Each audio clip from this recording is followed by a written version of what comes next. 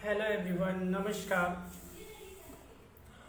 जीवन में कुछ अदृश्य तत्व होते हैं जो हमें दिखाई तो नहीं देते पर हमारे जीवन में अस्तित्व अपना बनाए रखते हैं। इसका वर्णन आपको रामचरितमानस और भगवद गीता में बहुत ज़्यादा मिलता है, खासकर भगवद गीता में। जहाँ तक मैं कलेक्ट कर पाया हूँ उसमें से सबसे पहले है कर्म, दूसरा मन, तीसरा समय, चौथा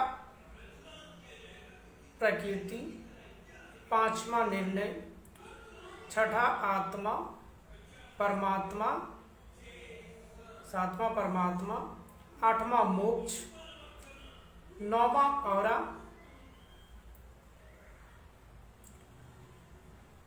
ये सारे अदृश्य तत्व हैं जो हमारे जीवन में कोई ना कोई अस्तित्व रखते जरूर है। हम इसके बारे में कुछ भी पढ़ते नहीं हम इसे समझना भी चाहते हैं कि ऐसा कुछ हमारे जीवन में इन सारे तत्वों का अस्तित्व है, क्योंकि जीवन का आनंद इन्हीं अदृश्य तत्वों पर निर्भर करता है। क्योंकि बिना समझे बिना हम अपने जीवन को अब विज्ञान के दृष्टिकोण से जीने लगे हैं, इसलिए हमारे जीवन में आनंद की कमी होते जा रही है, क्योंकि हम विज्ञान पे निर्भर होते जा रहे हैं, जबकि हमें प्रकृति पर निर्भर होता रहना है। ठीक है, तरक्की अच्छी बात है। विज्ञान दृश्यमान वस्तुओं पे बात करता है, ना कि अदृश्य वस्तुओं पे। उसकी कार्य प्रणाली खोजने का नाम ही विज्ञान है। जो दृश्य वस्तुओं की कार्य प्रणाली को खोजने का नाम ही विज्ञान है, आप चाह करके भी। इसलिए विज्ञान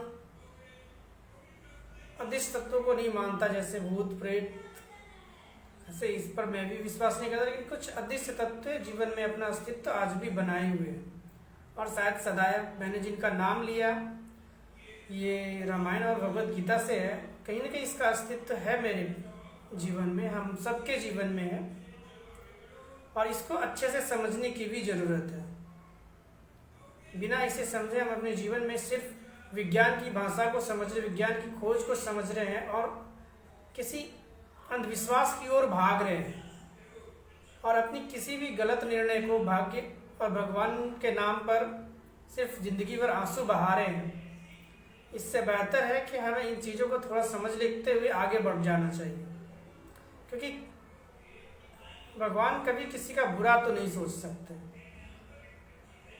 फिर भी हमारे साथ बुरा क्यों हो रहा है, इसके पीछे का बस वैज्ञानिक या आध्यात्मिक कारण बस यही है कि हम कहीं ना कहीं गलत हैं, और हमारे ही किसी गलत निर्णय का परिणाम ही भविष्य में हमें हमारे सामने निकलकर सामने आ रहा है। Thank you.